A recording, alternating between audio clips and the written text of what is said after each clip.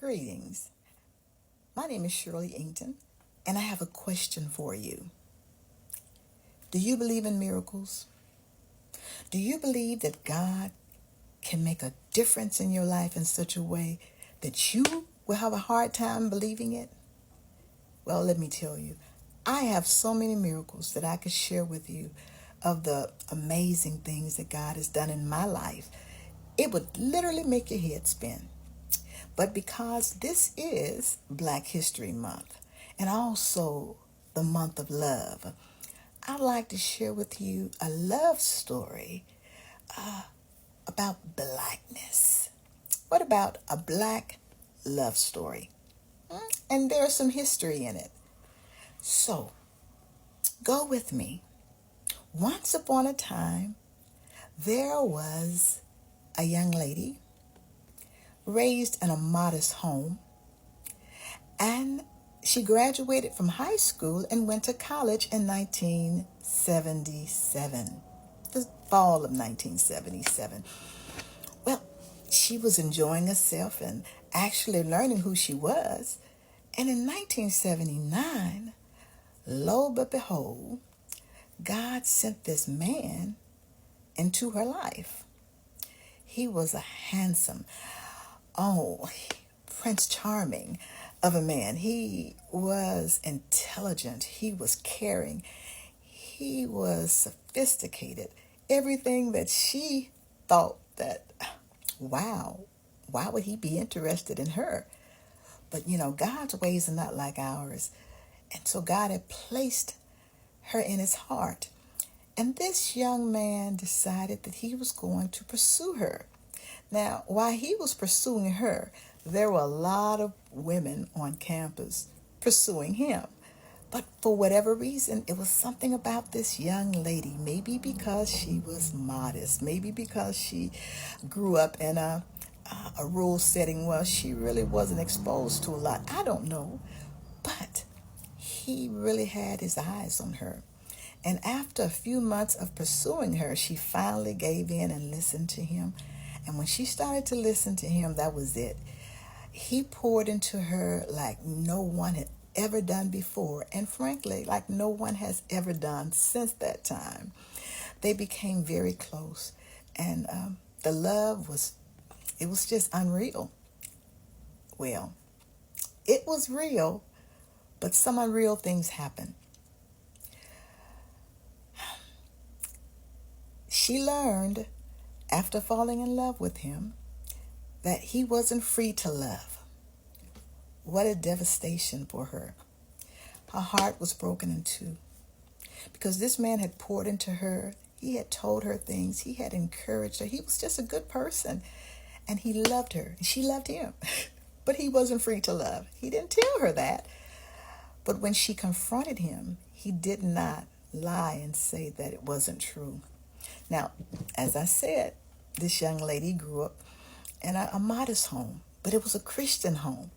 And her mother showed and told her, what it was that God expected all of us to do.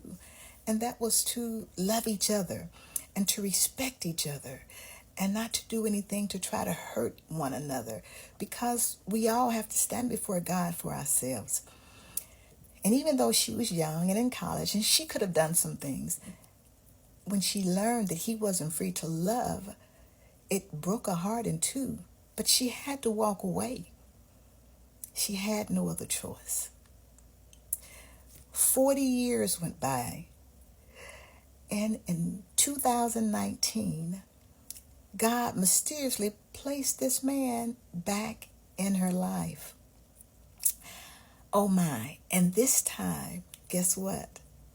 He was free to love. And so was she. And that's exactly what they did. They loved. But in 40 years, people change. We go through so many things, so many battles. And they both had gone through so much in their lives. It was just a difficult time for them. And they really didn't feel like they had the strength to fight for their love. But it was something that was inside of them that was so strong that no matter how they tried to go their separate ways, it was just pulled back together. And God told them that their love was something they would have to fight for. It was an assignment, and it really was a test. They did not understand, but if they were able to fight all of the obstacles that came before them for their love, that God was going to reward them something seriously. God said that their love would change the whole world. Didn't understand what was going on, but they did understand love. And they understood that even when they tried to walk away from each other, there was something there pulling them back every time. And even though it was a challenge, it was a challenge, it was a challenge, their love was stronger than the challenge. Love covers a multitude of sins. And beloved, they both had some pretty sinful pasts, but God sees our hearts, and he knows when we're trying to live a life pleasing in his sight. So he wouldn't allow us to give up on each other, and we wouldn't allow each other. Yes, I am the person that I speak of as the young lady in the story, and my love, Glenn, he was a political science major. Well, that's what he got his master's in anyway. Back in 1979, he had it. And he was doing a lot of political things. You know, he was sharp. He was intelligent. He was, oh my goodness. He could have been anything. He could have been president of the United States. He was just that sharp. But I want you to know that a lot of things happened in his life during those 40 years that caused him a lot of pain dealing with politics. And God gave him the opportunity to get back into it once we reconnected. He had a choice to make. And Glenn, my love, he told me that he could not sell his soul to the devil. He said politics is something that would overtake you, and before you know it, you were in a situation where people expected things from you. And sometimes it required you to do things that were ungodly. Well, I want you to know that on February the 15th, 3 years ago, 2022, Glenn asked me to be his wife. I was so excited. We had come through so much, 3 years. God gave us 3 years together. And I said yes. Well, God had completed the assignment that he had for Glenn, and Glenn had passed it. Because even though we had a lot of challenges, love won.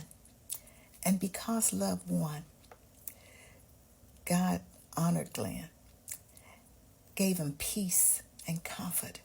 On the same night, the 15th, the 16th, early that morning, after Glenn had asked me to be his wife, the Lord called him home. And it was a difficult thing, beloved. But I am so grateful that God gave us 3 years together. And I am so thankful that it's not the end. I'll see him again. And we will be able to continue this love that God said would change the world. And I believe it will. The Fairytale God is the book that God used me as a scribe to write. There are so many miracles in that book. I hope you get a copy of it and read how God continues to move in this 21st century, even though a lot of people think he's a fairy tale. God bless. I think I'm trying to stop it.